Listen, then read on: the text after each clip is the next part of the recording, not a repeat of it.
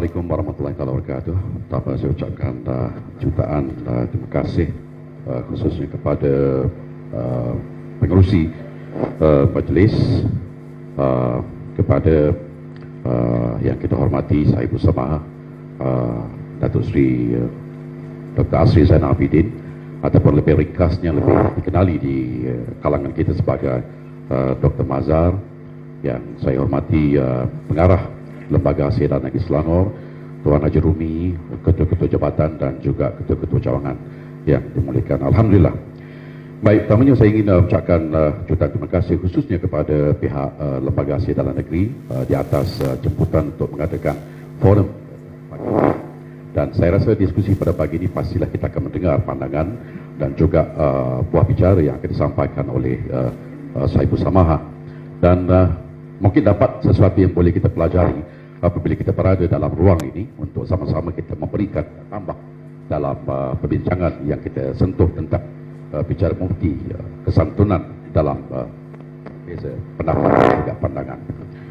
Baik, boleh saya mulakan dulu dengan satu intro yang saya fikir sangat molek juga kalau dapat kita khabarkan. Jadi kalau dapat saya katakan bahawa ketika nasib 2 bilion umat Islam antarabangsa berada di dalam keadaan terombang-ambing, termasuk dalam badai peperangan saudara, kita sering tertanya-tanya, apakah akan ada sinar kejayaan di Malaysia, bumi tercinta? Kita mempunyai lebih 16 juta umat Islam yang juga kelihatannya rapuh. Entah kenapa dan bagaimana ianya boleh dan bagaimana cara untuk disatukan. Sering kali terlihat seperti puak dalam agama dan kata-mengata, tuduh-menuduh, bagaikan sudah hilang kesantunan. Agama menjadi jalan hidup dan inspirasi umat, namun kadang-kala ia menjadi kontroversi umat. Jika menegur, biarlah bijak. Jika melurus, biarlah berpada. Jika berkata, biarlah direnung. Jangan hingga menampak lubang yang bocor boleh menyebabkan tenggelamnya seluruh kapal tersebut. Jadi ini di antara perkara yang menjadi mauduk perbincangan yang saya fikir akan kita mulakan diskusi pada begini insyaAllah. Jadi baik, kalau telah pun mesti saya inginkan dulu tanyakan pandangan Dr. Mazhar tentang hikmah manusia dijadikan mempunyai pandangan yang berbeza. Sedangkan doktor kalau lihat ianya apakah telah pun dikhabarkan di dalam kitabullah yakni Al-Quran tentang sikap pandangan manusia yang sentiasa berbeza-beza. Apakah ianya normal? Assalamualaikum warahmatullahi wabarakatuh. Alhamdulillah, nahmaduhu wa nasta'inuhu wa nastaghfiruh wa na'udzu billahi min shururi anfusina wa min sayyiati a'malina. Man yahdihillahu fala mudilla lahu wa man yudlilhu fala hadiya lahu. Ashhadu an la ilaha illallah wahdahu la syarika lah wa ashhadu anna Muhammadan abduhu wa rasuluh, amma ba'd. Menerusi Tuan Pengarah, hadirin dan hadirat sekalian, segala kepimpinan, hadirin dan hadirat sekalian. Saya tengok format ini mudah lah. Pagi tadi saya bangun, saya fikir nak cakap tajuk apa. Tapi bila disusun macam ni, maka senang. Setiap sesi kita tahu nak cakap apa, jawab berdasar yang ditanya. Jangan cakap yang tak ditanya. Tapi terima kasih kepada saudara moderator. Apabila kita cakap tentang perbezaan pandangan, pendapat, kita maksudkan dalam konteks ini pandangan dan pendapat yang diizinkan oleh agama. Jika tidak, pandangan ini banyak. Satu orang mungkin boleh menyatakan dia ada hak untuk minum arak kerana itu hak pribadinya. Dan agama mungkin menyatakan dia tidak ada hak kerana dirinya adalah milik Tuhan.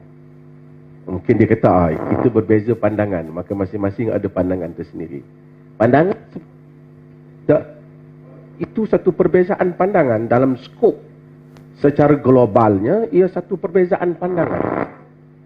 Dalam konteks perbicaraan kita pada ini, yang itu tidak termasuk. Supaya saya tuliskan dia dulu. Yang kita bincangkan ialah pandangan-pandangan yang masih berada di dalam frame ataupun di dalam itar, kata Arab, yang diizinkan oleh agama. Allah Subhanahu wa taala jadikan manusia ini boleh melihat sesuatu itu daripada dimensi yang berbagai-bagai. Hatta Allah jadikan di kalangan para sahabat Nabi sallallahu alaihi wasallam itu sendiri mereka berbeza pendapat dalam banyak perkara. Sedangkan Rasulullah sallallahu alaihi wasallam masih hidup. Dalam satu hadis yang semua orang tahu bahawasanya disebut sebagai peristiwa Bani Quraidah, apabila Nabi sallallahu alaihi wasallam menyebut la yusalliyanna ahadukumul asra illa fi Bani Quraidah. Jangan seseorang pun di kalangan kamu semayang asar melainkan di Bani Quraidah. Nabi bagi arahan sebab daripada perang Khaybar. Karena Yahud Quraidah merancang untuk menyerang ataupun melakukan gangguan keamanan di Madinah. Sahabat ada yang pergi, yang follow. Sallallahu alaihi wasallam arahkan. Tak semayang asar walaupun waktu sudah cukup lewat, melainkan di Bani Quraidah. Sebahagian sahabat ada pula yang semayang asar, tak ikut arahan, dan mereka sampai ke Bani Quraidah. Maka sebahagian komplain, katakan, wahai Rasulullah, sebahagian kita tak ikut arahan. Kita kata jangan kamu semayang asar melainkan di Bani Quraidah. Mereka memberitahu, wahai Rasulullah, apa yang kami faham ialah bukan larangan salat, tapi Rasulullah mahu cepat. Walaupun kami semayang asar, tapi kami cepat, kami sampai tepat pada masanya, seperti mana yang dikehendaki. Maka ada hatta di kalangan sahabat, ada yang memahami teks Nabi itu secara literal, ada pula yang memahami teks Nabi itu secara apa yang dikehendaki di sebalik daripada teks. Maka berlaku perbezaan pandangan. Para sarjana menyebut bahawasanya dengan itu, maka bisa saja dalam agama ini untuk ada perbezaan pandangan. Kemudian perbezaan pandangan itu kadang-kala disebabkan kepada teks yang tafsiran yang berbeza-beza. Kadang-kala disebabkan dengan sebab-sebab yang lain. Seorang mendapat maklumat, seorang lagi tidak mendapat maklumat. Boleh jadi juga berbeza pandangan.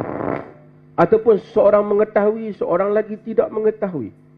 Allah Subhanahu wa taala jadikan dalam kehidupan ini, kalau Allah mau, walau sya'allahu la ja'alnahu ummatan wahidah. Kalau Allah mau, Allah jadikan manusia ini satu umat saja. Ini satu pandangan saja. Tapi Allah jadikan manusia berbeza-beza pandangan. Ada dalam satu riwayat yang tidak sahih, tapi maknanya boleh dibincangkan, iaitu ikhtilafu ummati rahmah. Ikhtilaf umatku rahmat. Tapi ia bukan hadis yang sahih, seperti mana yang dibaca oleh ramai orang. Ia bukan hadis yang sahih. Ibn Hazm al-Andalusi menolak riwayat ini.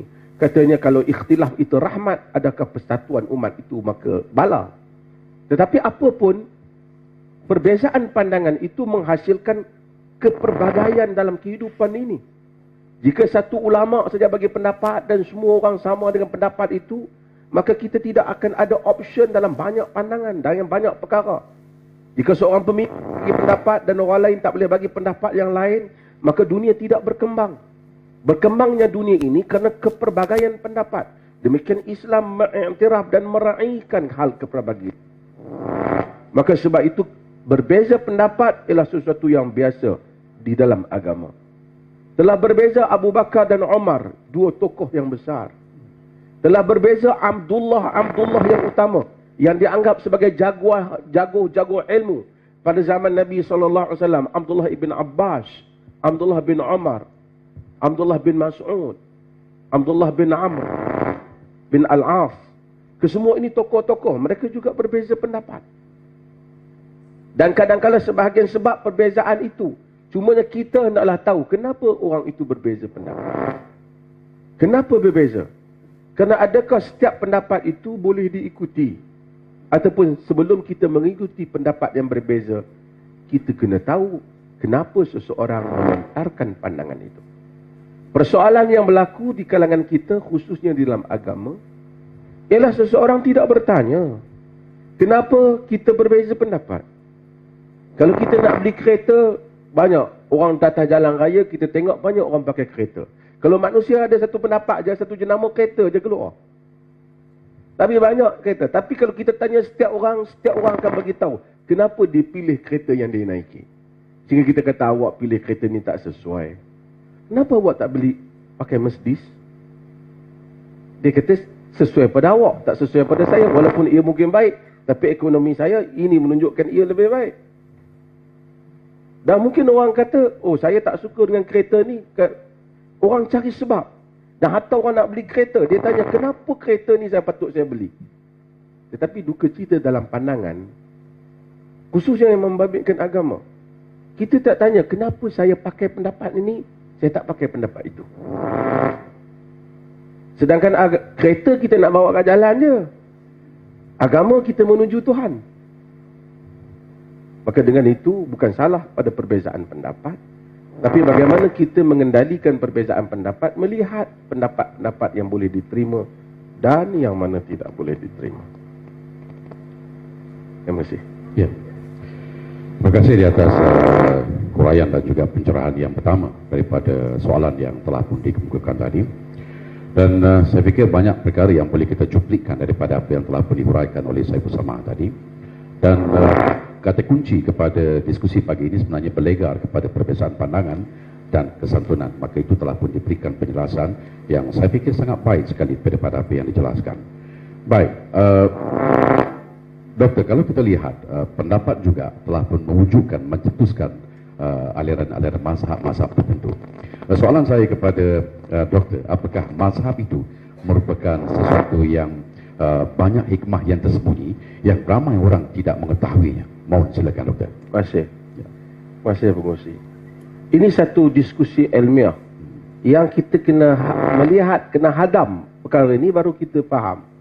Kadang-kadang kita dulu, saya nak cerita dulu, masa awal komputer masuk dalam masyarakat Melayu, masyarakat Malaysia, orang takut komputer besar macam tu. Ingat dia pakai disket tu. Kami nak tekan lama-lama, dia kata jangan lama-lama boleh meletup. Tapi lama hari ni semua orang pandai. Anak kita 3 tahun tahu untuk guna smartphone. Padahal itu satu teknologi tinggi yang dahulu orang sangat asing. Tapi manusia membiasakan diri. Ada satu bebanan dalam diri kita ialah apabila kita selalu jadikan agama sangat eksklusif. Awak tak boleh faham, awak orang biasa. Saya je boleh faham. Maka kita mewujudkan satu kelompok agama yang mana cuba mendominasikan agama sehingga orang awam hanya ikut blind imitation. Sometimes happen. Blind imitation, mengikut dengan cara yang tidak berfikir. Kerana awak bukan orang agama, awak ikut je. Saya ustaz. Barang siapa banyak bertanya maka lemahlah iman. Sedangkan Allah Subhanahu wa taala menyebut, "Wala taqfu ma laysa laka bihi 'ilm. Inna sam'a wal basara wal fuada kullu ulaika kana 'anhu mas'ula." Jangan kamu ikut apa yang kamu tidak ketahui. Jangan kamu ikut wala taqfu ma laysa laka bihi 'ilm. Jangan kamu ikut apa yang tidak ada bagi kamu itu ilmu mengenainya. Karena inna sam'a, pendengaran kamu, wal basara, penglihatan kamu, wal fuada, jiwa hati kamu ditanya oleh Allah. Maka tak ada dalam agama ini satu perkara yang kita kata saya buat saja kerana orang lain buat. Tak ada dalam agama ini. Agama ini mesti sesuatu yang dibuat dengan faham. Dan Tuhan tidak menurunkan agama untuk membodohkan manusia.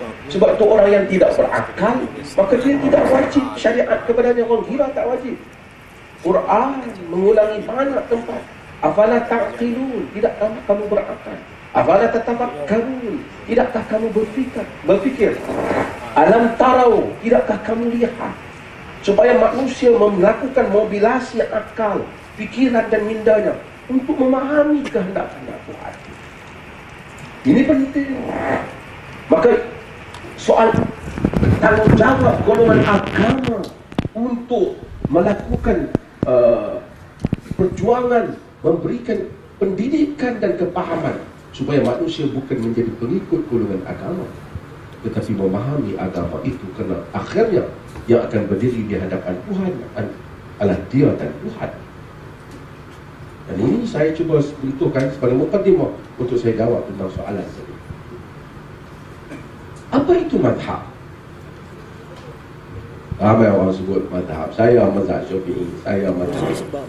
Dia mazhab apa? Mazhab apa? Mazhab ni tak? Dalam mazhab tu apa? Mazhab kita je. Sebenarnya tahulah mazhab tu apa? Mazhab itu daripada perkataan zahab. Zahab ni pergi. Maksudnya tempat, cara, hadir. Mazhab ini bukan tempat. Besarlah mazhab. Cakap cara ada banyak lah. Pada zaman Nabi SAW, Nabi Nabi terangkan faham. Pada zaman Nabi ada hal ehwal agama. Orang macam mana? Orang tanya Nabi, ya Rasulullah, wahai Rasulullah, inna fulan kala, wahai Rasulullah, orang sekian, wahai Rasulullah, berlaku kat saya pergi dulu. Rasulullah jawab. Bila Rasulullah jawab, maka tidak akan ada apa-apa perkataan. Dan Nabi yang jawab. Kalau ada masalah, merujuk kepada. Cuma ada perkataan. Kadang-kadang Nabi mengangkat perkataan itu lama. Bila dia dan Mu'ad Nabi bagi arahan Basyira wa nadhira, yassira wa la tu'assira, bagi khabar gembira kepada orang, kamu berdua jangan bagi orang takut dan agama, bagi pada berita yang memudahkan cara agama, jangan bagi payah. Nabi bagi general guideline. Bila mereka ada di sana, orang tanya mereka akan jawab berdasarkan ilmu dengan kadar yang mana hari mereka belajar dengan Nabi sebelum berpisah. Kalaulah sekiranya ada benda baru, orang tanya satu benda, dia kata tak ada, Rasulullah tak pernah larang kami. Tapi ada kemungkinan dia kata benda Rasulullah tak larang, padahal mungkin Rasulullah dah larang di Madinah. Kalau zaman sekarang tak apa, dia Assalamualaikum Rasulullah, ada soalan, dia bertanya, saya tak tahu nak jawab. Tapi zaman itu tidak ada. Kena ada lama. So mereka akan jawab berdasarkan kepada keadaan tu, apatah lagi pada negeri-negeri yang jauh. Maka salah satu sebab kadang-kala berlakunya perbezaan pendapat juga. Mungkin ahli di Iraq kata lain, tapi orang di Madinah fatwa lain. Tapi kalau kita rujuk pada masalah, kita akan tahu masalahnya bukan salah orang di Iraq, tapi salah mungkin maklumat tak sampai. So apabila you tengok maklumat ada, you kena balik pada maklumat lah. Tapi ada kalanya kerana maklumat itu sampai, tetapi maklumat itu boleh ditafsirkan dengan dua tafsiran. Umpamanya, saya kena buat contoh lah kan, contoh mudah, contoh perlih lah, senang.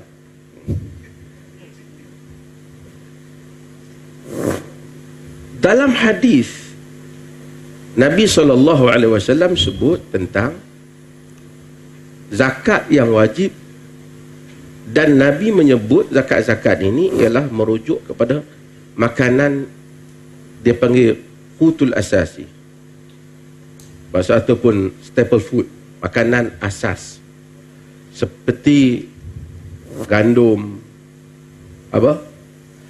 bali, tamar. Ini semua kena zakat.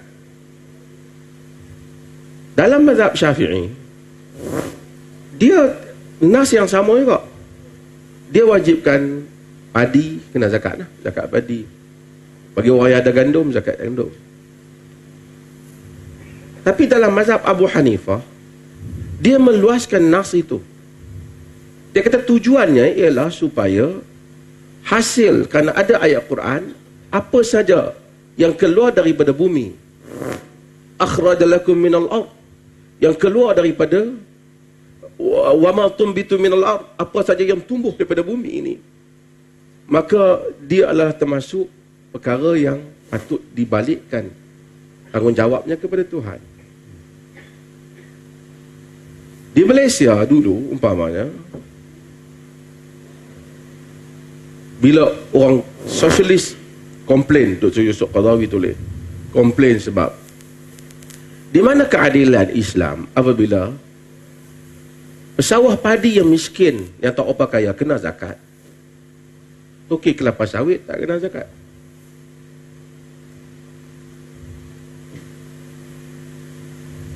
Saya buat contoh perleh, tapi tahun ni harum manis tak apa jadi panas.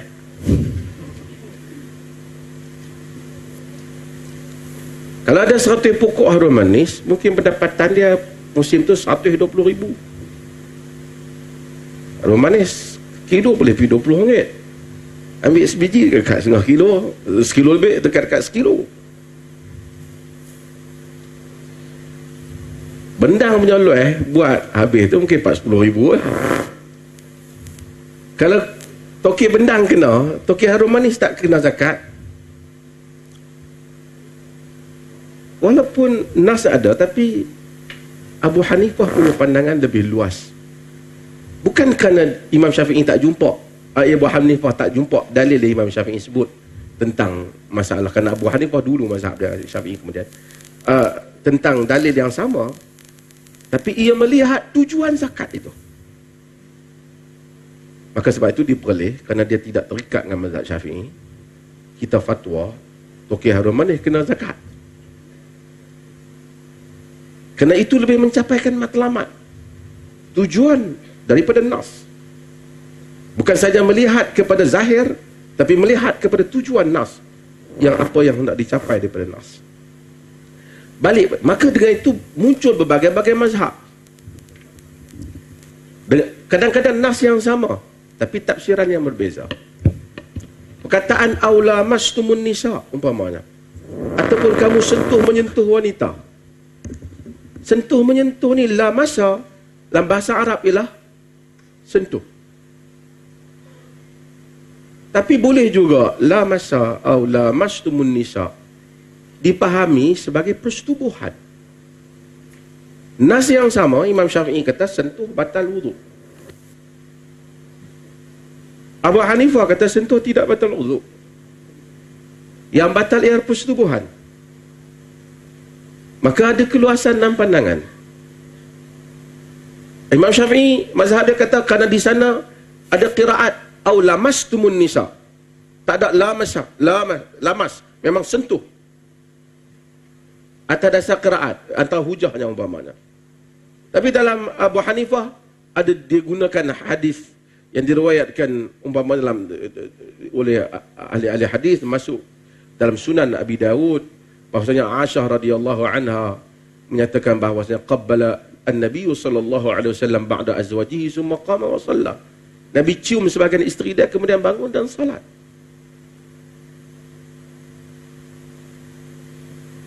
Umpamanya. Dan kemudian ada hadis Aisyah kata pada faqatun nabiy sallallahu alaihi wasallam zata lailah. Aku hilang Nabi pada satu malam, aku cari ya. Maka dia dapati Nabi sedang sujud. Fawaqa ala yadi ala qadamihi.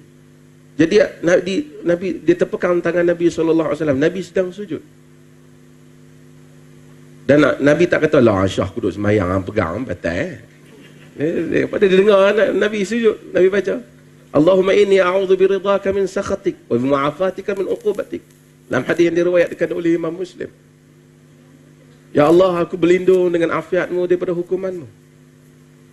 Dan ada hadis Nabi, laqad ra'aituni muttaji'atan baina yaday Rasulillah sallallahu alaihi wasallam wa huwa fi shalah. Aku melintang di hadapan Nabi sedangkan Nabi sedang sembahyang. Wa idza arada an yasjuda ghamaza rijlai, apabila nak sujud dia ramas kaki aku, lalu aku tarik. Bukan Imam Syafi'i tak tahu hadis tu, dia tahu, tapi dia kata mungkin masa ramas tu dia pakai stokin ataupun ditutup dan selimut, kan? Atau masa dia pegang tu mungkin dia dia kaki dia bertutup, ada khuf. Cuma masa cium tu susahlah sikit. Nak cium bertutup tu payah sikit nak tafsir. Kan? Tapi apa? Ini semua menyebabkan nas yang sama, tetapi tafsiran yang berbeza. Tapi ada hikmah yang besar. Cuma kalau saudara tanya saya, kalau sentuh isteri, batalkah wuduk? Saya kata tak batal.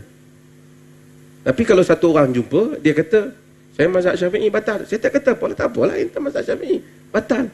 Bukan anak, tak boleh kita kata, hang lebih pandai daripada Imam Syafi'i lah. Itu orang Melayu punya style. Kalau tidak, kita nak kena tanya balik. Lepas tu, hang lebih pandai daripada Abu Hanifah. Sampai pagi esok, tak habis. Kan?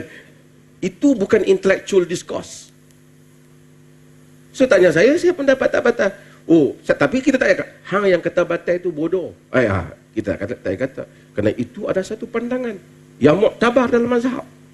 Siapa yang kata batal, batal lah. Siapa yang, kerana agama ni bukan, aku rasa macam nak kata batal lah. Tak boleh lah.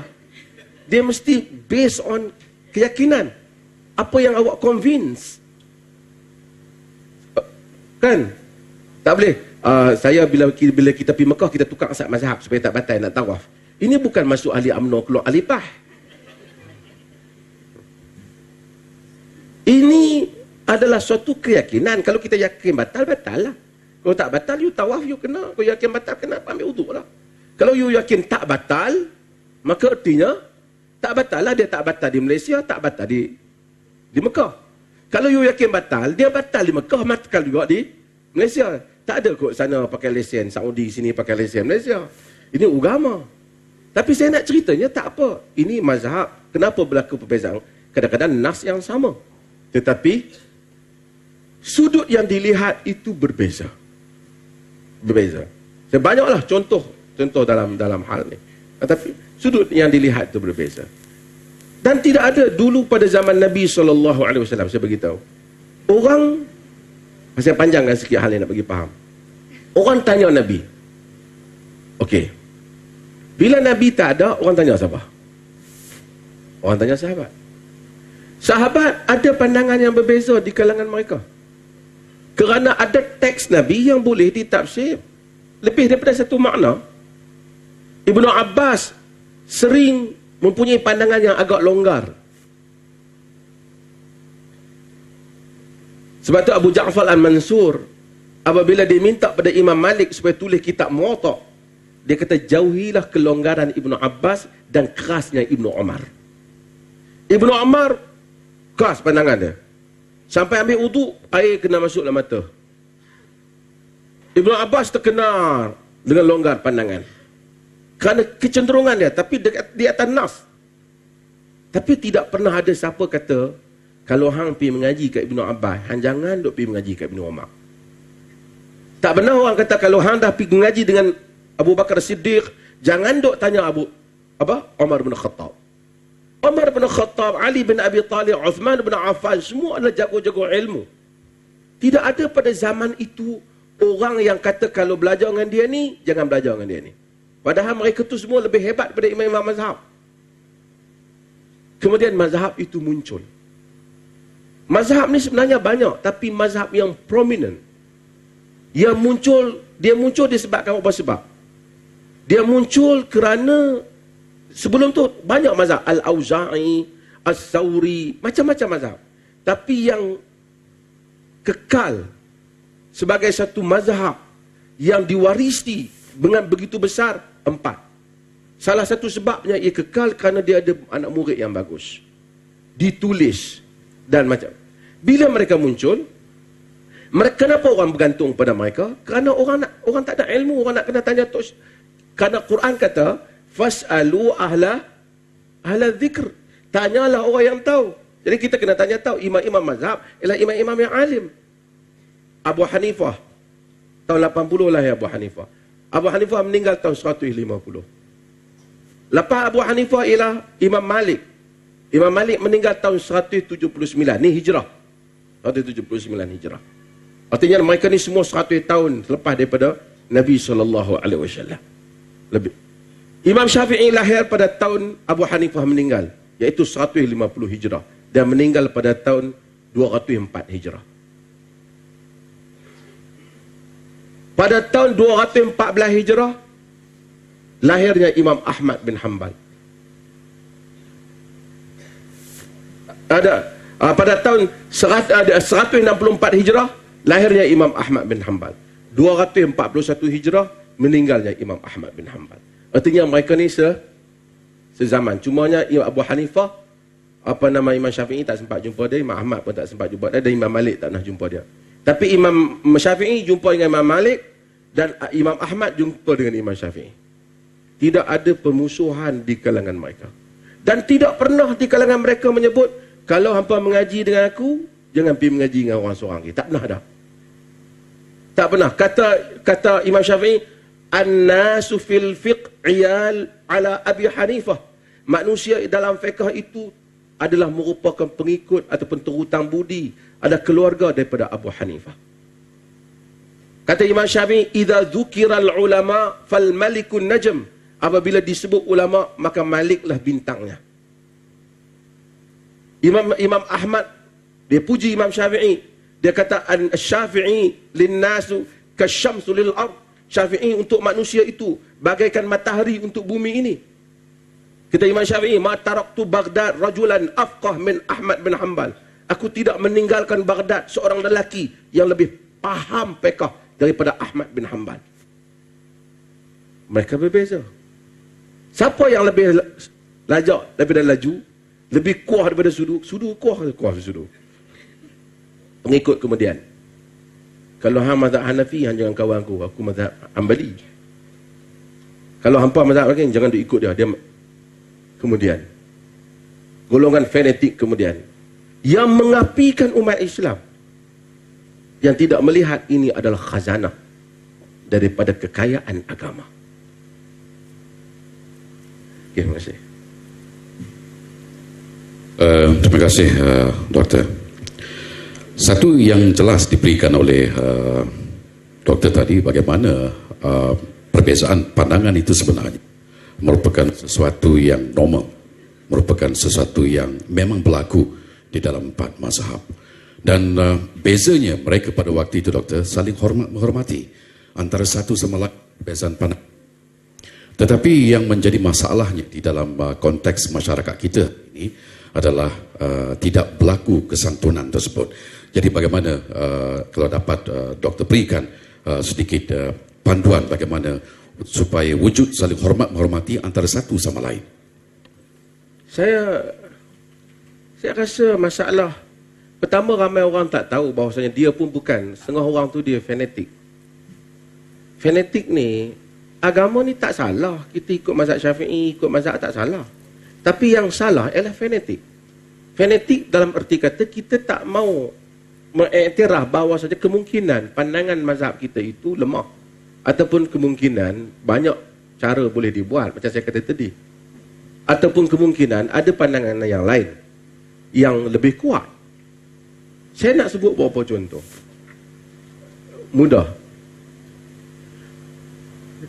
Apabila kita tahu bahawasanya mazhab agama ni luas, pandangan dia kadang-kadang ada benda dua bahagian. Satu dia panggil benda-benda yang qat'i, benda yang putus, tak boleh ada dua pandangan. Tak ada orang kata zina ni ada pendapat kata makruh, ada kata haram. Tak ada. Aku pakai hak makruh tu, kata. Tak ada. Yang tu tak ada lah. Kan?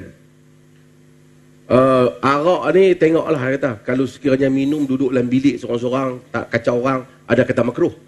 Tak ada. Ini benda yang qat'i, yang semua orang sepakat haram. Tentang wajib salat, arak, judi, riba. Ini benda-benda yang clear. Puasa Ramadan, tak ada mazhab kata puasa Ramadan sunat. Tak ada, wajib. Yang khilaf apa? Yang khilaf tentang pendetilan ya. Pendetilan ya. Saya buat beberapa contoh dulu, sekali kita nak faham. Contoh, hak orang Melayu duk amal dulu lah. Dulu, saya buat perlih lah, saya pergi mana saya sebut contoh ni. Dulu perlih, benarkan orang bayar zakat fitrah. Tahu zakat fitrah? Fitrah. Orang tahu kata zakat fitrah. Zakat fitrah pakai wang. Dalam mazhab Syafi'i tak boleh. Zakat fitrah mesti dibayar berdasarkan kepada makanan asasi. Sebab tu dulu orang bakit setengah hari dia hantar segantang. Setengah hari buat main-main pula kan. Tolak tarik. Diorang tua-tua dulu tahulah kan. Ketolak, aku jual, aku beli. Tapi beras duk satu tu jugalah. Tapi tak apa. Tapi Imam Syafi'i pun tak ajar yang tu. Itu Melayu punya bijak. Perleh oleh kerana perleh ni, perleh ni dia kerana dia tidak ikat diri dia dengan satu mazhab. Dia bukan kata mazhab tak boleh pakai. Semua mazhab boleh pakai. Dia punya kaedahnya, semua mazhab terpakai. Dengan itu tak perlu ikat dengan satu, boleh diamalkan. Semua berdasarkan kepada keperluan lah. Jadi kita keluarkan pandangan bahawasanya boleh bayar fitrah ni dengan wang. Pandangan ini ialah pandangan Abu Hanifah. Abu Hanifah ni dalam 4 mazhab ni, semua mazhab ni dia orang Arab, kecuali Abu Hanifah dia orang Parsi. Abu Hanifah he was a trader. So dia punya pandangan, dia belajar dengan Hamad bin Abi Sulaiman. Bukan kata dia best pada yang lain.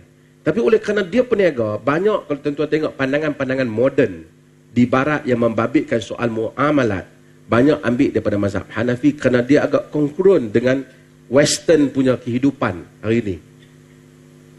Pasal dia di deal dengan reality. Bukan kata orang lain tak deal dengan reality. Sebab kan peniaga, mikrofon ni boleh dengar kot. Dengar okey tak apa. Kadang-kadang ada gangguan. Tak apa Musi. Bukan. Abu Hanifah punya pandangan, dia kata Nabi bayar alasan dalam Hanafi.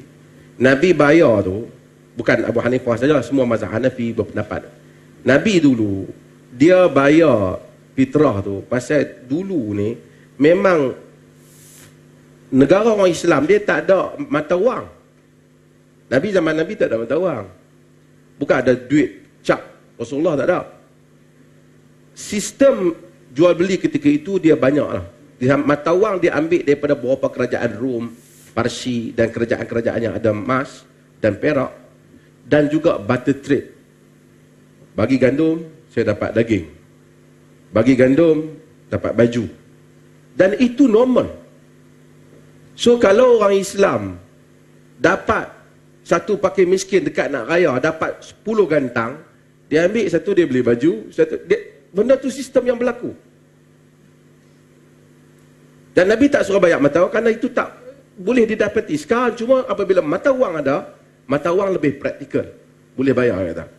Kerana kalau satu orang ada 3 gundi beras dalam rumah dia orang miskin, dengan miang apa semua cukup, dan lepas tu nak raya lagi, nak pergi angkat beras, cari orang nak beli, nak tukar, kena tukar pergi duit, lepas tu kena tukar pergi apa? Proses dia panjang.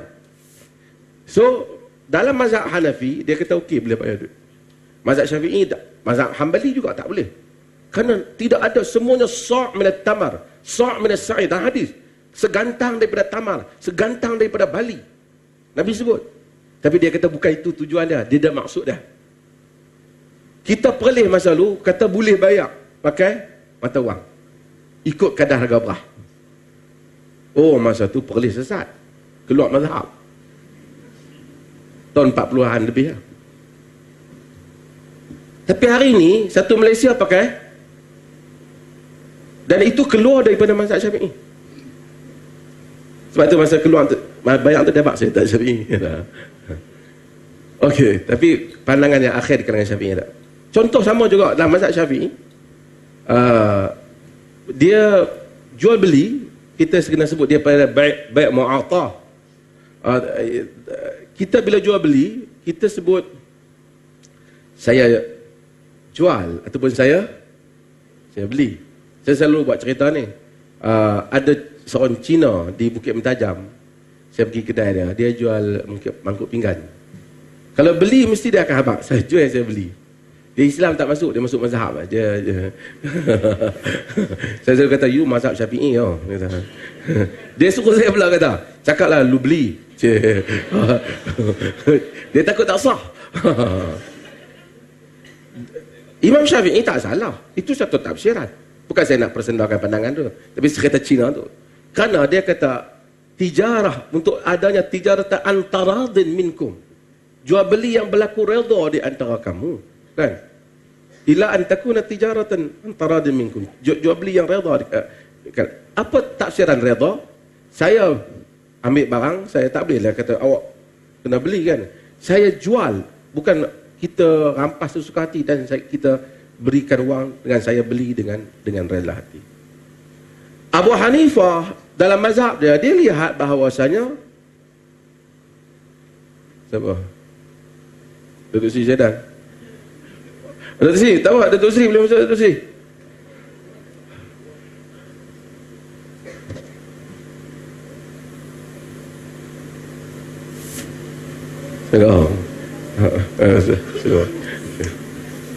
Saya ajak Datuk Sri mai. Sekali jadi saya boleh sudah awal pergi program kan dengan dia. Terima kasih Datuk Sri. Dia melihat bahawasanya oleh kerana dia peniaga, dia kata kalau orang tu beli, bagi duit dan orang tu bagi barang, tanda redha. Tak payah cakap. Tak semesti cakap. Dan saya ingat itu pun yang saudara-saudara amalkan. Kan? Bila kita pergi beli barang di supermarket, ada kata, saya jual, saya beli. Terutama bila kita guna mesin tu kan. Kalau tunggu mesin tu kata saya jual sampai pagi esok, tak habis. Kan? So, saudara tidak bermazhab Syafi'i dalam kerangka itu. Walaupun itu qaul Syafi'i yang mutaakhir. Sebab itu maka keluar daripada kerangka mazhab itu telah berlaku. Maka tak ada pula orang mencerca. Okey, saya pergi kepada contoh-contoh yang lain. Kunut dengan tak kunut. Bagi sensitif sikit lah.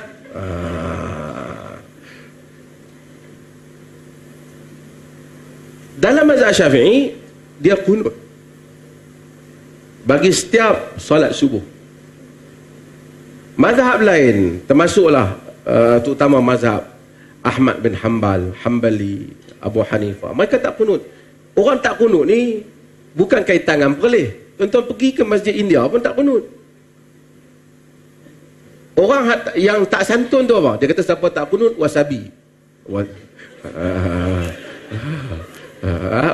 Wahabi.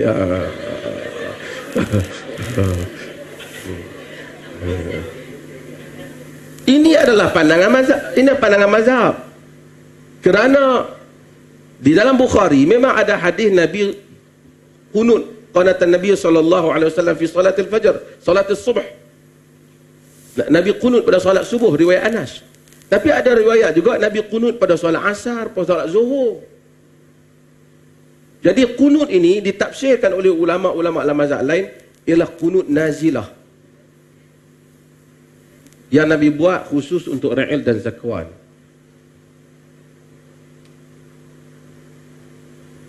Dan hadis yang membabitkan tentang kunut yang dihujah oleh Imam Syafi'i dalam mazhab itu dianggap oleh mazhab lain sebagai dhaif kerana ada rawinya sebagai Abu Ja'far Ar-Razi yang dianggap tidak kuat untuk dijadikan hujah dalam hal itu. Maka mazhab lain tak kunut. Maka orang tak kunut ada masalah apa? Tak kunut lah.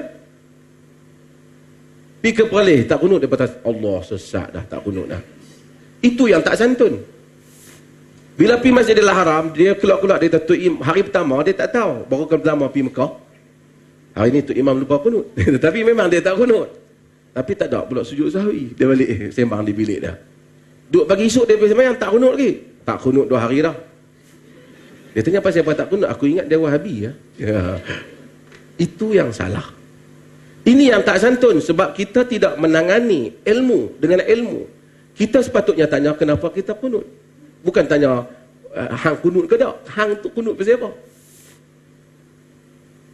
Maka baru kita akan mempelajari dalil. Bukan saya suruh orang tidak hormat. Kalau orang kata siapa yang hang tak mau kunut, hang pandai pada Imam Syafi'i ke? Kalau macam tu kata hang kunut, hang pandai pada imam mazhab lain ke? Itu bukan satu hujah. Sebab tu saya kata amal. Orang Melayu ni kadang-kadang dia sembahyang kan dia cek amalan dia. Kadang-kadang hak tak ada dalam mazhab tu Yang dia amal tu. Mazhab pun tak sebut. Dia sebut, dia buat. Kita pergi Perlis ke, pergi Masjidil Haram ke, tengok. Bismillahirrahmanirrahim. Dia bismillah pelan. Ataupun kita tak dengar dia bismillah. Bukan dia tak bismillah. Tapi khilaf. Saya nak cerita. Dalam mazhab Malik. Mazhab Malik. Imam Malik ni guru kepada Imam Syafi'i. Bila Imam Syafi'i pergi ke Mekah, dia pergi ke Madinah, benda antara yang dia buat siap-siap diri dia hafal Muwatta' Malik. Dia minta daripada khalifah, dia minta daripada gubernur untuk boleh dia jumpa Imam Malik. Pasal orang susah nak jumpa Imam Malik. Nak jadi guru dah, anak murid dah. Imam Syafi'i mari, jadi anak murid dah, diterima. Dia berguru dengan Imam Malik. Kata Imam Syafi'i, tak bismillah, tak sah Fatihah. Tak sah Fatihah, tak sah bayang. Tapi mazhab guru dia, Imam Malik, bismillah tak perlu dan tak digalakkan bagi sembahyang fardu. Beza tu. Adakah kita nak kata Imam Syafi'i kata sembahyang Imam Malik tak sah? Tak, itu pada sisi pandangan dia, bagi i'tiqad dia. Kalau dia dah anggap Imam Malik hujah, pada penghujahan Imam Malik dia bukan, maka pada Imam Malik tak ada masalah. Maka itu ada keluasan. Agama ni ada banyak benda yang luas. Kerana keluasan ini manusia hidup. Tapi yang peliknya apabila kita kata siapa kunut batal semayang, contohnya, ataupun siapa tak kunut batal semayang. Ini melampau lah. Macam ada orang kata siapa semayang 8 tak sah tarawih. Terkenal tu. Nak semayang 20 semayang lah, tak apalah. Ada orang semayang 8. Tapi tengok orang semayang 8, tengok budak ni tahun lepas tak semayang. Bukan tak semayang tarawih, subuh pun tak semayang, Aisyah pun tak semayang. Tahun ni bertobat, semayang maghrib, subuh, zuhur, asar, maghrib, Aisyah dengan tarawih kali. Tapi 8 lah, tak larat Kawan duduk belakang, teruk, Wahabi. Kawan baru je semayang, pasal apa Wahabi? 8. Janganlah. Ini yang fanatik. Yang kita nak atasi yang ini. Yang ini yang banyak dalam masyarakat. Yang tidak dapat menerima bahawa kita kemungkinan berbeza. Saya sebutlah beberapa contoh perbezaan. Tadi saya sebut, tapi saya sebut contoh. Lagi orang kata ekstrim lah. Contoh ni satu contoh lah. Dalam mazhab apa pun, ada pandangan yang kita tak apa setuju. Macam Imam Malik tadi. Tak payah baca bismillah. Kita tak setuju. Pasal banyak dalil yang menunjukkan bismillah ni satu daripada ayat. Tapi kita tak kata kat dia. Tapi kalau kita kata oleh kerana kita mazhab Malik, kita terima je. Kalau orang mazhab Malik pun dia nak kena nilai. Dalam pandangan mazhab Hanafi, dia kata boleh baca Fatihah dalam bahasa Parsi. Kacau tu. Tapi kita kata imam tu dihormati. Tapi kita tak setujulah pandangan tu. Tapi kalau kita kata saya oleh kerana mazhab Hanafi saya buatlah. Kita kena ada juga sistem menilai. Dalam mazhab Syafi'i, seorang boleh kahwin dengan anak zinanya. Dia anak zina ni tak sabit nasab. Contohnya satu orang berzina, dia dapat anak perempuan. Kemudian anak perempuan ni dia membesar. Kemudian dia kahwin balik dia dengan anak perempuan ni, kahwin. Pada mazhab boleh. Kerana dia hakikatnya bukan anak dia, kerana anak zina bukan anak dia. Semua mazhab lain tak setuju. Kerana itu anak biologi dia. Kalau tanya saya tak setuju. Tapi taklah saya kata Imam Syafi'i, saya tak setuju lah. Orang menyusu pun tak boleh susuan. Jadi, tapi kalau kita satu orang mai dia kata boleh, kita mazhab Syafi'i kahwin lah. Saya ingat kita menilai. Untuk menilai. Contoh yang lain. Hak ni orang perempuan pun tak setuju. Saya nak buat contoh banyak. Dalam mazhab Syafi'i, pergi mengaji kursus perkahwinan, dia ada bab wali mujbir. Ada tak? Pak boleh paksa anak perempuan kahwin dengan siapa yang dia mau. Main satu orang kawan pak dah ada rumah, dia tak nikah tak nikah, dia tak nikah, cerai dulu. Orang tu umur 50 tahun. Pak dia kata aku kahwin dengan anak perempuan aku. Ada anak perempuan aku, dia kata. Umur baru 20 tahun, keluar universiti. Anak perempuan tak boleh kata apa? Kerana dia wali mujbir. Mazhab lain tak setuju. Saudara-saudari setuju boleh paksa ke tak boleh? Ha? Siapa tak setuju dia keluar mazhab. Jaga hati. Ha? Boleh paksa tak boleh? Artinya bukan tak hormat mazhab Syafi'i, hormat, tapi banyak pandangan mazhab Syafi'i yang gemilang. Banyak pandangan dia yang hebat. Mazhab Syafi'i, saya ingat dalam senarai mazhab tu, mazhab Syafi'i antara the best dalam banyak isu lah. Tapi ada pandangan-pandangan yang manusia lihat luar daripada kerangka mazhab. Soalnya pengurusi bukan soal bagi pandangan berbeza. Soal bagaimana kita menangani perbezaan itu. Saya tak setuju dengan pengurusi, tak apa, tak setuju lah. Si tak setuju tak apa, tak setuju. Tapi tak ada lah sampai nak pergi bergaduh, kita tak boleh. Saya takkan benarkan pengurusi jadi moderator saya. Sebab pengurusi kunut, saya tak kunut. Takkanlah sampai macam tu. Pasal hang tak boleh main ceramah. Boleh. Sebab apa? Sebab hang bismillah kuat. Itu fanatik. Fanatik yang patut dilawan. Saya tak pernah dengar orang yang tak kunut pergi tepuk kepala tu imam kunut.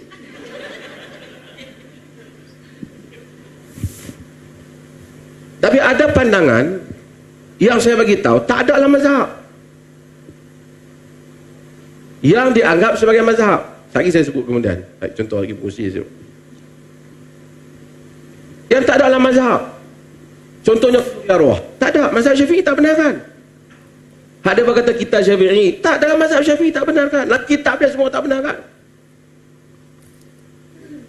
Ada buku yang ditulis oleh Haji Syafi'i. Dia bukan Imam Syafi'i. Itu orang kampung.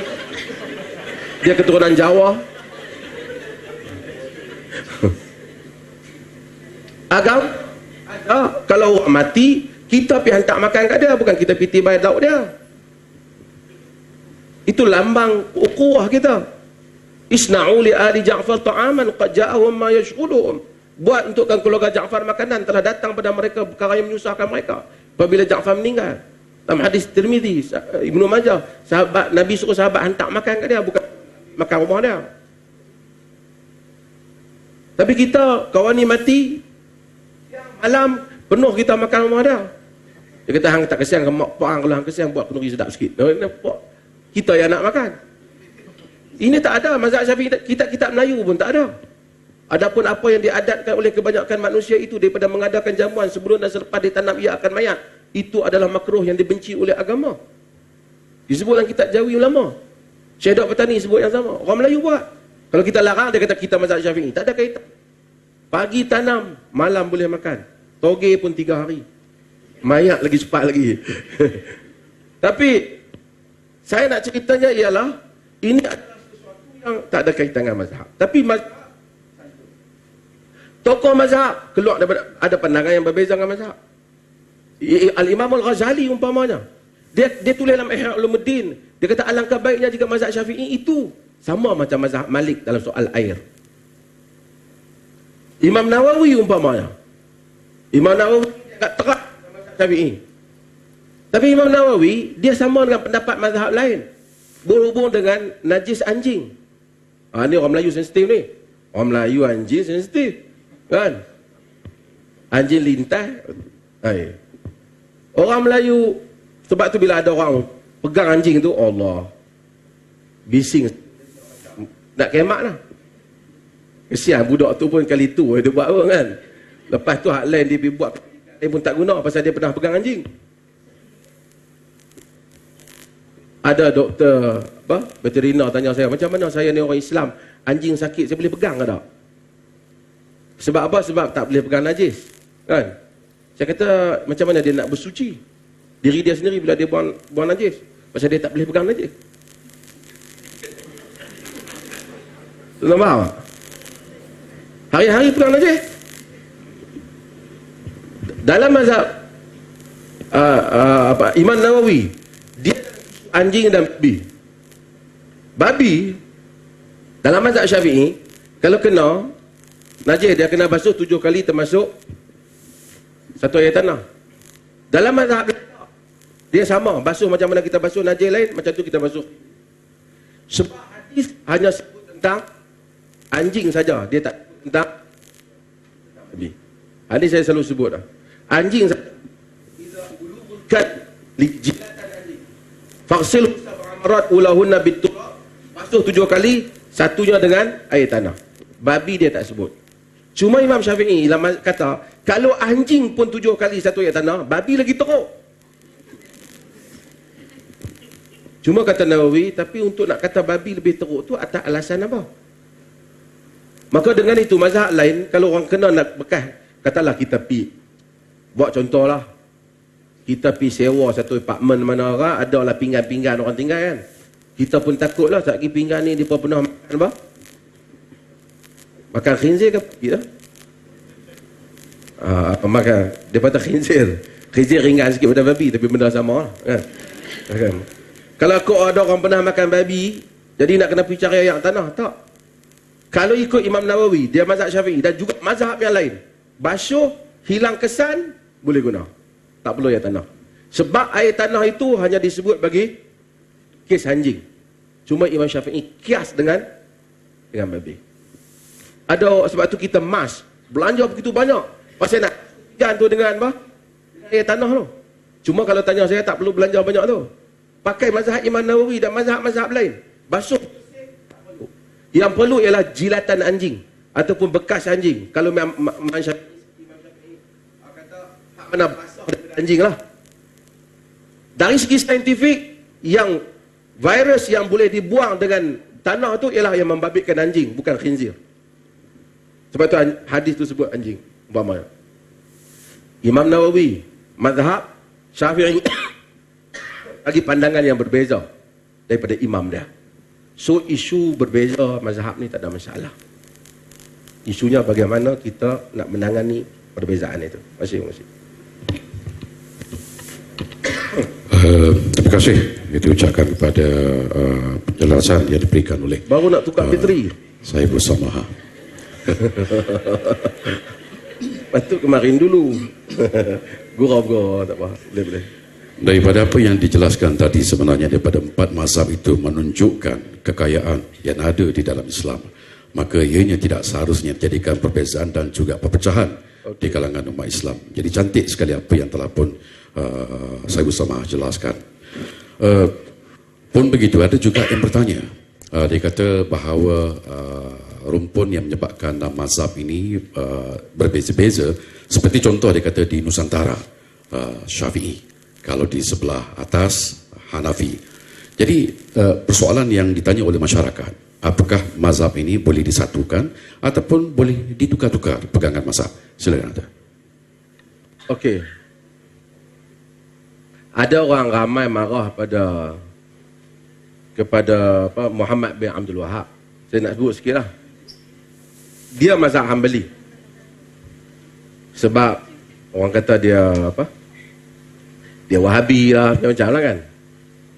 Tapi kalau kita nak tengok pada sudut yang positif, dulu Mekah lah, Kaabah 4 kali semayang mengikut 4 imam berdasar mazhab. Pada umat Islam satu. Pemerintahan keluarga Bani Saud, hak mana kita tak setuju ke apa, setengah orang tak setuju, telah menjadikan satu je imam. Tak ada 2-3 imam. Kalau tidak dulu kita setengah orang semayang dulu, lepas tu tunggu kalau mazhab Hanafi semayang, Hanafi dulu semayang, jadi Syafi'i tak semayang lagi. Dalam mazhab Hanafi dia semayang, dia amin tak kuat. Oh, dia tak mau. Hanu kalau mazhab Malik semayang, dia tak bismillah pula. Yang ni tak mau. Tapi bila mari, mereka telah satukan yang ni. Saya nak sebut tentang mazhab ni. Saya dah cerita tadi kerangka. Pada zaman Nabi, tak ada mazhab. Imam Syafi'i pun tak ada, Imam Malik pun tak ada, semua tak ada. Faham kan? Habis sahabat amal berdasar apa? Berdasar pada orang yang ditanya, fas'alu ahla dzikr. Tanya orang yang tahu. In kuntum la ta'lamun, jika kamu tak tahu. Tak pernah pula dia kata tanya hanya boleh tanya orang tu imam kampung hang. Jangan tanya tu imam kampung lain. Tak ada. Atau hang boleh tanya ustaz Hak Jakim nanti orang Perlis hanya boleh tanya mufti Perlis. Tak ada. Dia hanya kata tanya orang yang berilmu. Orang berilmu tu langkau, rentas apa saja mazhab. Jadi sahabat tanya Abu Bakar, Umar, Osman, Ali. Tak tanya bila Abu Umar kata, ni, hang dah tanya aku lah, jangan nak pergi tanya Abu Abbas pula. Cukuplah aku bagi tahu. Dia orang tak pernah kata. Mereka tak ilmu luas. Bila mazhab ada, asalnya Imam Malik, saya buat contoh, asalnya Imam Malik. Ambil yang kepala dulu lah, Abu Hanifah. Abu Hanifah lahir tahun 80. Abu Hanifah ni, dia orang Parsi. 4 imam ni, dia seorang je bukan Arab. Sebab itu Imam Syafi'i, imam-imam lain ni, dia ada puisi-puisi dia sikit. Apa Arab kan? Abu Hanifah ni dia tak. Dia pun, asal-asalnya dia di peniaga, dia duduk pergi pasar. Lepas tu, Sya'bi kata kepada dia, ila man takhtalif? Hang pergi kat mana lah? Dia kata, ila suq, aku duduk pergi pasar. Dia kata, min ahlil ilm, min al-ulama. Di kalangan ulama, kau pergi mengaji dengan siapa? Dia tetap mengaji dengan siapa? Dia kata, idhab, pergi mengaji. Aku tengok ni ada kebolehan ilmu. Kata Abu Hanifah, start daripada tu, aku start mendampingi majlis Hamad bin Abi Sulaiman. 17 tahun mengaji dengan Hamad bin Abi Sulaiman. Daripada seorang peniaga. Sebab tu bila khalifah lantik dia jadi qadhi pun dia tak mau. Dia masih kekal dengan peniaga. Sebab tu fatwa Abu Hanifah di dalam muamalat lebih nampak cecah kepada realiti. Perlih dalam banyak pandang, beritahulah kempeneri kan kat pilihan raya ni. Perlih dalam banyak pandangan muamalat, dia ambil Abu Hanifah dalam banyak pandangan. Sebab bukan saya kata tolak pandangan yang lain, tapi Abu Hanifah ni di situ kelebihan dia. Dia anak murid kepada guru dia daripada sudut alir mazhab tu ialah Abdullah bin Mas'ud. Abdullah bin Mas'ud dia telah alimkan Iraq. Sebab itu Sayyidina Ali bila tengok Abdullah bin Mas'ud, dia kata pemuda ini telah memberikan Iraq ilmu. Okey. Abu Hanifah 150 tahun 150 dia meninggal.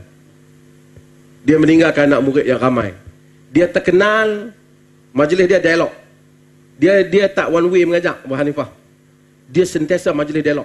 Dia majlis debat, diskusi. Sebab tu dia hebat dalam fiqh dia panggil qiyas. Dia qiyas dalam fiqh Abu Hanifah. Panjang kalau nak cerita pasal Abu Hanifah. Lepas daripada dari segi senarai zaman, lepas dia ialah Imam Malik. Imam Malik satu imam yang tak pergi mana? Dia duduk di Madinah. Jadi semua orang main Madinah.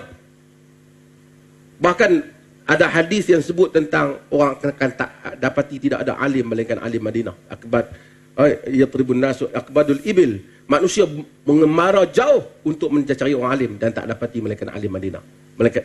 Ramai kata hadis tu maksud Imam Malik. Imam Malik alim. Semua orang, Imam Syafi'i semua ambil ilmu dah. Anak murid Abu Hanifah pun ambil ilmu daripada. Anak murid Abu Hanifah yang terkenal Muhammad bin Hasan Asy-Syaibani juga baca Muwatta' Malik. Hebat Muwatta' Malik. Mazhab Malik dia duduk di Madinah. Tapi sekarang mazhab Malik mana? Mazhab Malik di Morocco, Spain, di Afrika. Tak ada dah di Madinah. Mazhab Abu Hanifah di Iraq. Mazhab yang paling besar dalam dunia ni mazhab Abu Hanifah. Orang Cina, orang India, Pakistan, semua mazhab Hanafi. Okey.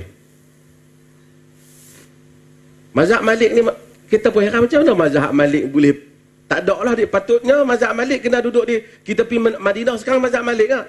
Imam Malik ni dikenali dengan Imam Darul Hijrah, Imam Darul Hijrah, Imam Madinah.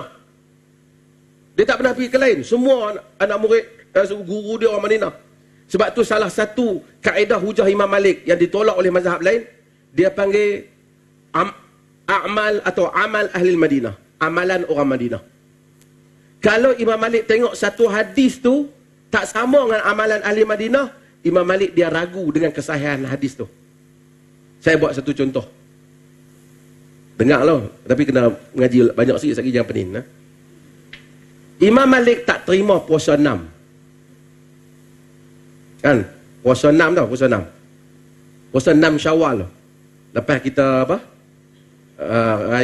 raya kita ada puasa 6 kan. Kita semua puasa kan. Dalam Muwatta' Malik dan semuanya menunjukkan dia tak terima puasa 6 tu. Padahal ada hadis. Kenapa dia tak terima? Sebab dia tengok orang Madinah tak puasa. Kalau Nabi puasa, mesti pasal zaman Imam Malik tu baru lagi dengan zaman Nabi, walaupun baru 100 tahun. Jadi kalau Imam Nabi puasa, mesti sahabat puasa, kemudian tabi'in puasa, mesti orang Madinah tu akan puasa. Tapi Imam Malik takut tak tengok sahabat puasa. Hadis ada, jadi bukan dia tolak hadis. Dia rasa mesti ada something wrong tentang hadis ni. Maksudnya di segi kesabitan, authenticity, di segi kesahihan. Imam Syafi'i tolak pendapat dia. Dia kata bila ada hadis kena pakai, walaupun orang Madinah tak amalkan. Imam Malik kata logiknya orang Madinah tak amalkan. Macam mana kalau Nabi amal, mesti macam kita, aku puasa 6, pakai tak amal kan? Takkan orang Madinah tak amal? Nak ceritanya Imam Malik duduk di Madinah sehingga Madinah tu dijadikan sukatan dia. Tapi mazhab Malik tak ada di Madinah sekarang ni. Imam Syafi'i, dia lahir di mana?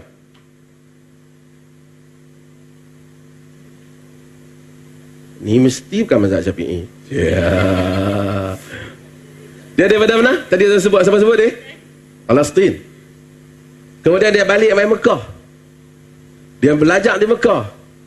Kemudian dia pergi berguru dengan Imam Malik. Kemudian dia pergi di Baghdad. Dia jumpa Ahmad Hasan Al-Syaibani daripada mazhab Abu Hanifah. Dan di sana dia jumpa Ahmad bin Hanbal. Imam Ahmad, dia orang Baghdad. Patutnya Baghdad tu mazhab Ahmad. Tapi mazhab Hanbali sekarang di mana? Saudi, Qatar, Kuwait, semua tempat mazhab Hanbali. Mazhab Syafi'i, Imam Syafi'i, patutnya mazhab dia kena duduk kat Mekah lah. Tapi mazhab dia lepas ke Asia. Yaman, sikit di Jordan. Macam mana mazhab Malik lepas ke Eropah, Andalus? Sebab ada seorang anak murid Malik, nama dia Yahya bin Yahya Al-Laythi. Yahya bin Yahya Al-Laythi ni dia datang daripada Andalus, dia mari mengaji dengan Imam Malik. Ada dua, Yahya bin Yahya ni ada dua. Seorang Yahya bin Yahya An-Naisaburi, seorang Yahya bin Yahya Al-Laythi. Dua-dua anak murid Malik, tapi yang ambil mazhab ni Yahya bin Yahya Al-Laythi. Satu hari Madinah, gajah masuk Madinah. Orang Madinah tak tengok gajah, pakat keluar tengok gajah. Imam Malik tanya Yahya bin Yahya, pasal apa hang tak keluar tengok gajah? Limadha lam tadhhab wa tanzur ilal fil? Kenapa hang tak keluar dan tengok gajah? Kata Yahya bin Yahya, wahai Imam, aku daripada Andalus datang bukan nak tengok gajah, aku nak tengok engkau.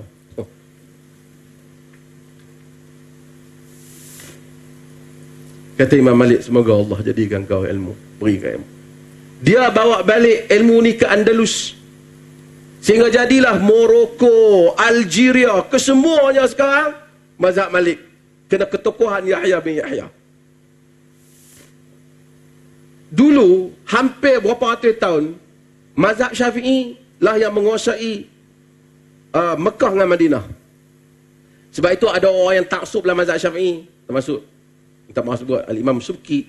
Dia sebut bahawasanya, dia kata, bukti mazhab Syafi'i yang mazhab yang benar, kerana dia adalah mazhab yang diamalkan di Masjid Nabi dan di Masjidil Haram. Tapi kalau yang tu jadi bukti susah, lah mazhab Hanbali. Kemudian mazhab tu berkembang dari sini. Artinya sentiasa berubah mazhab ni pun. Tak cerita alasan kita ada kemungkinan satu hari Nusantara berubah. Berdasarkan tokoh. Bila zahirnya tokoh yang hebat, tokoh tu akan mempengaruhi. Tokoh tu akan mempengaruhi. Tak ada masalah pun orang untuk pergi ke Penang, ada masjid India, tak ada masalah pun. Di Perlis. Perlis ni dalam banyak amalan dia cenderung kepada Hanbali. Amalan ni, amalan ibadat ni. Sebab tu dia tak ada kunut, bismillah pelan, semua ni Hanbali. Walaupun dia tak katalah dia terikat dengan Hanbali tu, tapi dia Hanbali. Jadi tak ada apa. Bukan kata Tuhan dah tetap dah, kita ni orang Melayu lahir-lahir asyhadu an la ilaha illallah asyhadu anna Muhammad Rasulullah wa asyhadu anna Syafi'i madhhabi. Tak ada. Tak ada. Sebab banyak apa yang tuan-tuan amal pun tidak mazhab. Ada negeri tak bagi lain daripada mazhab Syafi'i masuk negeri dia. Negeri ni jauh. Tu saya tak kata. Tapi saya tengok depa marah orang yang kata tak boleh salam lelaki dengan perempuan. Dalam mazhab Syafi'i tak boleh salam lelaki perempuan yang bukan mahram. Qaul yang kata boleh salam ni qaul Dr. Qardawi dan seumpamanya. Kemudian ada pendapat lah saya pun beritahu. Tapi dia artinya dia pun keluar mazhab. Artinya tak ada orang yang kata saya satu mazhab tu secara mutlak. Siapa bayar zakat pendapatan? Siapa bayar zakat? Siapa angkat tangan? Bayarlah tak boleh. Zakat pendapatan tidak ada dalam mazhab Syafi'i. Sebab itu ada negeri, saya tak mau sebut, dia tak benarkan zakat pendapatan pasal menyanggahi mazhab. Zakat pendapatan dalam mazhab Hanbali, mal mustafad.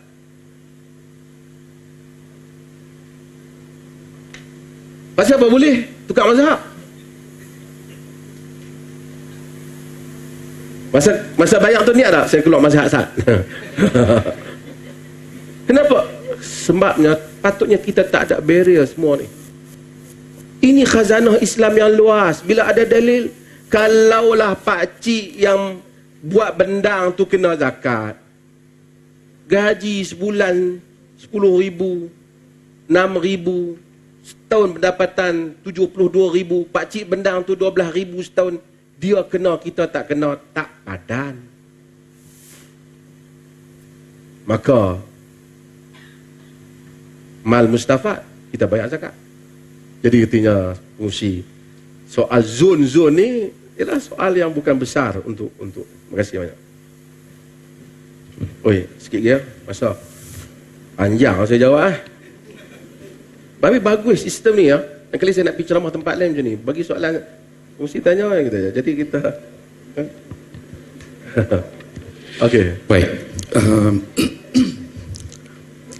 Yang dijelaskan oleh Saibul Samah tadi, dia menjelaskan kepada kita bagaimana empat mazhab itu sepatutnya dijadikan titik kekuatan kepada ummah, bukan kepada titik perbezaan yang akhirnya melahirkan perpecahan-perpecahan yang melanda umat Islam. Baik, kita nak pergi kepada Saibul Samah sekali lagi. Pengalaman beliau dalam mengurus takbir agama di Perlis, bagaimana Saibul Samah menguruskan barangkali jika ada perbezaan pandangan tentang aliran-aliran seperti ini. Okey, terima kasih. Saya nak sebut, pasal sebut Perlis ni saya nak sebut. Ramai orang sebut Perlis dia kata ni Tok Imam kena buang pasal kunut. Tapi saya ingat ini kerana fanatik mazhab. Dia tak cek berita. Saya bukanlah nak condemn negeri lain, tapi saya nak cerita. Kalau saudara-saudara pergi mana-mana masjid di negeri lain, negeri lain tu tuan-tuan bubuh negeri lah, negeri mana pun kan, tu imam dia tak kunut, saya agak-agak berapa pagi dia tahan sebagai tu imam, tak dipecat. Pecat pasal dia keluar mazhab. Di Perlis ada masjid yang kunut, pada walaupun dari segi pendirian Majlis Agama Islam tak kunut.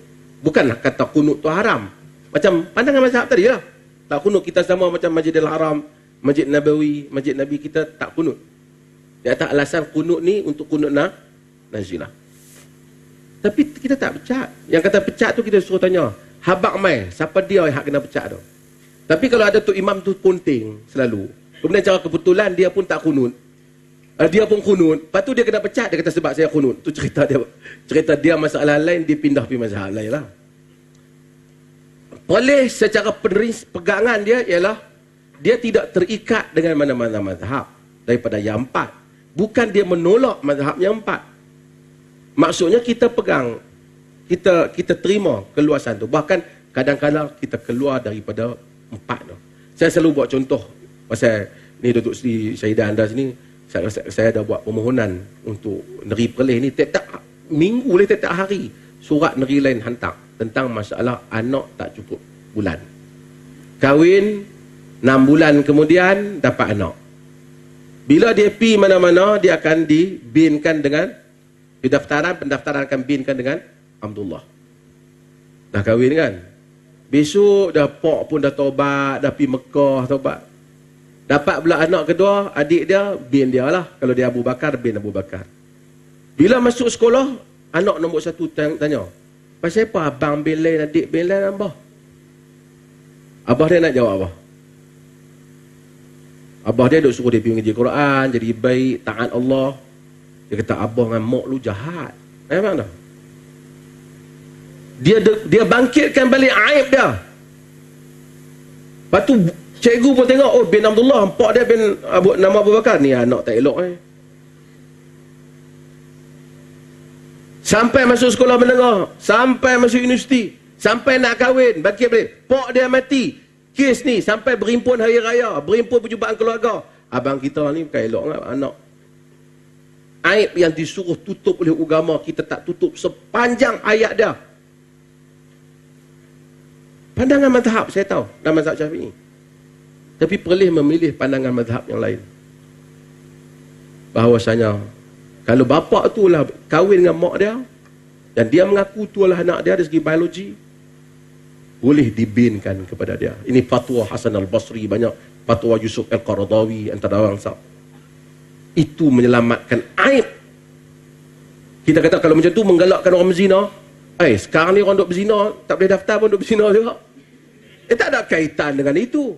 Kita nak hukum pak dia, akhirnya kita hukum apa? Hukum anak dia. Pak dia tu mungkin pergi masjid, dah taubat dah. Dia tak tengok anak dia sulung tu bin apa?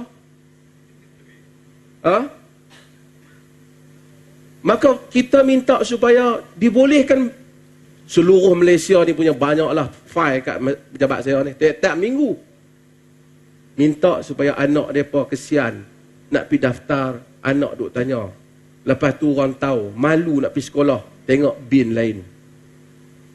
Tapi saya dipahamkan yang Muhammad Datuk Seri Dr. Zahid Hamidi telah sign untuk boleh daftar di Perlis di atas fatwa Perlis yang telah digazetkan bahawasanya kalau mereka kahwin, mereka dapat surat daripada Jabatan Mufti boleh didaftarkan untuk menutup aib. Ini salah satu contoh fatwa Perlis yang tak terikat dengan mazhab. Saya nak tanya, menyelamatkan tak fatwa ni? Tak, kita nak kena denda pak dia 50 tahun. Sampai nak bagi harta pusaka, pak dah mati dah, bangkit lagi, pak hang berzina lu. Sedangkan satu orang datang mai jumpa Nabi SAW, Nabi tak mau ambil kes zina ni. Nabi berpaling. Nabi kata, la'allaka ghamas wa la'allaka qabbal. Boleh jadi kau raba ya, boleh jadi kau cium ya. Ini salah satu kita fatwa yang luar daripada kerangka itu. So dengan itu, maka kalau tanya pengalaman Perlis dalam pengendalian fatwa, mudahnya sikit Perlis ni pasal tak terikat tu lah. Habis siapa yang macam tak terikat? Perlis satu buat perangai macam ni. Dah. Tuan-tuan kalau pergi fatwa antarabangsa, majlis fatwa Eropah, majlis fatwa antarabangsa, majma' fiqh antarabangsa, semua tidak terikat dengan mazhab. Semua. Yang tuan-tuan duk tengok tu keputusan fatwa antarabangsa, keputusan majma' fiqh antarabangsa yang duk baca international tu, Hak Jakim pun duk ambil, mereka tak ada sebab tokoh-tokoh yang duduk dalam tu daripada berbagai-bagai mazhab. So pengalaman Perlis dalam hal ini kita berdasarkan bukan Dr. Mazhar yang mula buat tahun 1948 dalam perlembagaan negeri Perlis tidak terikat dengan mazhab. Golongan pembaharuan telah lakukan hal ini. Okey. Ya. Soal barangkali ada soalan ya, sebab doktor pun harus ke Putrajaya. Bagaimana doktor melihat pendekatan golongan ulama dan umara dalam memberikan pendidikan dalam konteks perbezaan pandangan seperti ini akan tidak mewujudkan banyak perpecahan. Dia, golongan ulama dengan umarak ni simple lah. Agama akan selamat jika ulama tidak menggunakan umarak untuk mengukuhkan kedudukan dia. Dan ulama akan selamat jika umarak tak gunakan ulama untuk kepentingan politik dia. Apabila golongan agama nak kekalkan, saya nak kekalkan kedudukan saya. Kata saya nak kekal sebagai mufti. Macam mana cara saya nak kekal ni? Takut ada pesaing saya. Pesaing saya kata cerdik pada saya tengok. Saya kena kepak dah. Saya main politik. Saya kata pandangan dia tak boleh pakai. Dia ni longgak. Padahal walaupun saya tahu pandangan dia mungkin betul. Dan ini yang berlaku dalam sepanjang persaingan golongan agama. Yang ni hentam kau ni kadang-kadang pasal apa tak suka? Saya tak suka. Sebab pandangan tak suka. Bukan kerana ada hujah. Kenapa? Bukan kerana ada alasan. Kerana orang agama berpolitik dalam mengekalkan kedudukan mereka. Dan golongan umarak pula, mereka juga ada kepentingan juga sebahagiannya. Mereka bila nak kukuhkan kedudukan mereka, kena cari golongan agama. Mereka ambil golongan agama yang boleh support mereka. Dan golongan agama tu pula ada agenda dia. Saya sokong awak, awak sokong agenda saya. Sebab itu kita lihat runcing perbezaan mazhab kebelakangan ini. Sebab, sorry to say, saya cakap betul kan? Pasal dalam kepimpinan politik, mereka pun guna orang yang memang ada agenda mazhab. Tapi kalau dipilih orang yang pemikiran dia luas untuk menyatukan semua perbezaan ni. Sebutlah, saya sebutlah tak apa, bukan Radio IKIM ke apa. Apa yang disiarkan itu hanya meruncingkan perbezaan. Siarkan benda-benda yang meruncingkan perbezaan. Kita kalau betul-betul sebuah negara yang multi kepelbagaian rakyat ini, sepatutnya TV Al-Hijrah ke apa, ada kepelbagaian. Ada yang hanana, ada banana, ada macam-macam, ada yang tak serban, ada yang tak ada serban, kena ada kepelbagaian lah. Ada yang bercakap dalam satu konteks mazhab, ada yang luas lebih mazhab. Supaya rakyat hari ini nak halang apa? Kita tak bagi dia tengok TV, dia tengok internet. Internet bukan satu fatwa. Tapi kalau kita benarkan orang dengar dengan semua, yang pentingnya semua presenters ini tahu bagaimana nak mengharmonikan pandangan. Tapi kalau saya tak setuju dengan awak, saya kata awak sesak, awak gila, memanglah masalah. Tapi kalau saya tak setuju dengan pandangan tu. Tapi kita saudara dalam agama. Pandangan saudara saya tak terima. Pada amalan saya. Saudara pada diri saudara, saya terima saudara sebagai seorang Muslim. Itu saja. Berapa banyak benda kita tak setuju. PAS dengan UMNO dulu tak setuju. Hari ini kenapa? Sebab tu politik sangat bahaya. Sebut biar kalau ada orang PAS minta maaf. Tahun 80-an berlaku kafir mengkafir. Kafir mengkafir itu kafir politik. Kalau kafir itu bukan politik, tentu hari ini masih kafir juga.